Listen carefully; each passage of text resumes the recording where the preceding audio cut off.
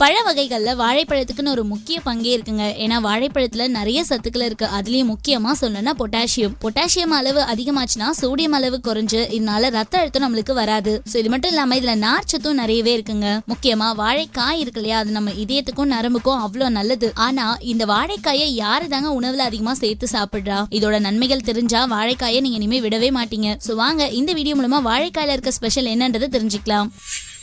சர்க்கரை நோய் வராம இருக்கணும்னா ரொம்ப சிம்பிள்ங்க. பச்சை வாழைப்பழம் இல்லைன்னா பழுக்காத வாழைப்பழம், அதாவது வாழைக்காயை தான் அப்படி சொல்றேன். இதை நீங்க உணவை சேர்த்து சாப்பிட்டீங்க அப்படின்னா ரத்த செல்கள்ல குளுக்கோஸ் உரியறதை தடுக்கும். இது மட்டும் இல்லாம இன்சுலின் ஹார்மோன் சுரப்பை அதிகரிச்சு ரத்தத்துல குளுக்கோஸ் அளவையும் கண்ட்ரோலா வச்சுக்கும்.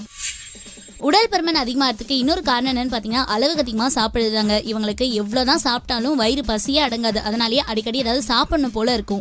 நீங்க வெயிட் லாஸ் பண்ணணும் அப்படின்னா உங்க உணவுல வாழைக்காயை சேர்த்து சாப்பிடுங்க. இது உங்களோட குடலை சுத்தப்படுத்தி அதுல இருக்க கொழுப்பு செல்களை அழிக்கும். இது மூலமா உங்களுக்கு வெயிட் லாஸும் சீக்கிரமா ஆகும். அடுத்ததா வாழைக்காயை உணவுல சேர்த்து சாப்பிடும்போது இதுல இருக்க நார்ச்சத்தும் ஸ்டார்ச்சும் நம்மளோட குடலை நல்லா கிளீனா வச்சிருக்கோங்க. இது மட்டும் இல்லாம மலச்சிக்கல் பிரச்சனை இருக்கவங்களும் தாராளமா எடுத்துக்கலாம்னு சொல்றாங்க. ஏன்னா மலச்சிக்கலுக்கும் இது ஒரு நல்ல மருந்தாவே இருக்கும். முக்கியமா நம்ம இதுல கவனிக்க வேண்டிய விஷயம் என்னன்னு பாத்தீங்கன்னா வாழைக்காய் நம்மளோட ஜீரண உறுப்புகளுக்கும் உணவு குழாய்களுக்கும் நல்ல சத்துக்களை கொடுக்குதுங்க. இது மட்டும் இல்லாம குடல்ல இருக்க ப்ரோபயோட்டிக் நுண்ணுயிர்களோட வளர்ச்சியும் நல்லா ஊக்கப்படுத்துதான். மேலும் அசிடிட்டி வராம நம்மளோட குடலையும் வயிற்றையும் நல்லா பாதுகாக்குது அப்படின்னு கூட சொல்லலாம். குறிப்பா வாழைக்காயை நம்ம உணவுல சேர்த்து சாப்பிடும்போது பெருங்குடல்ல புற்றுநோய் வராம தடுக்குது. மேலும் வாழைக்காயில என்ன ஸ்பெஷல் இருக்குன்னு பாத்தீங்கன்னா அதுல விட்டமின், கால்சியம், மெக்னீசியம்னு இவ்வளோ சத்துக்கள் இருக்குங்க. இது நம்மளோட எலும்புகளுக்கு நல்ல ஸ்ட்ராங்க கொடுத்து மூட்டு வலி, ஆஸ்டியோபோரோசிஸ்னு இப்படி எந்த நோய்கள் இருந்தாலும் அதுல இருந்து நம்மளை கண்டிப்பா காப்பாற்றும். வாழைக்காயில இருக்க அமினோ அமிலம் என்ன பண்ணுன்னு பாத்தீங்கன்னா நம்மளோட மூளையை நல்லா சீரா வச்சிருக்கோங்க. அந்த வகையில வாழைக்காயை உணவுல சேர்த்து சாப்பிட்றதுனால நம்மளுக்கு நல்ல மன அமைதியும் கொடுக்கும்.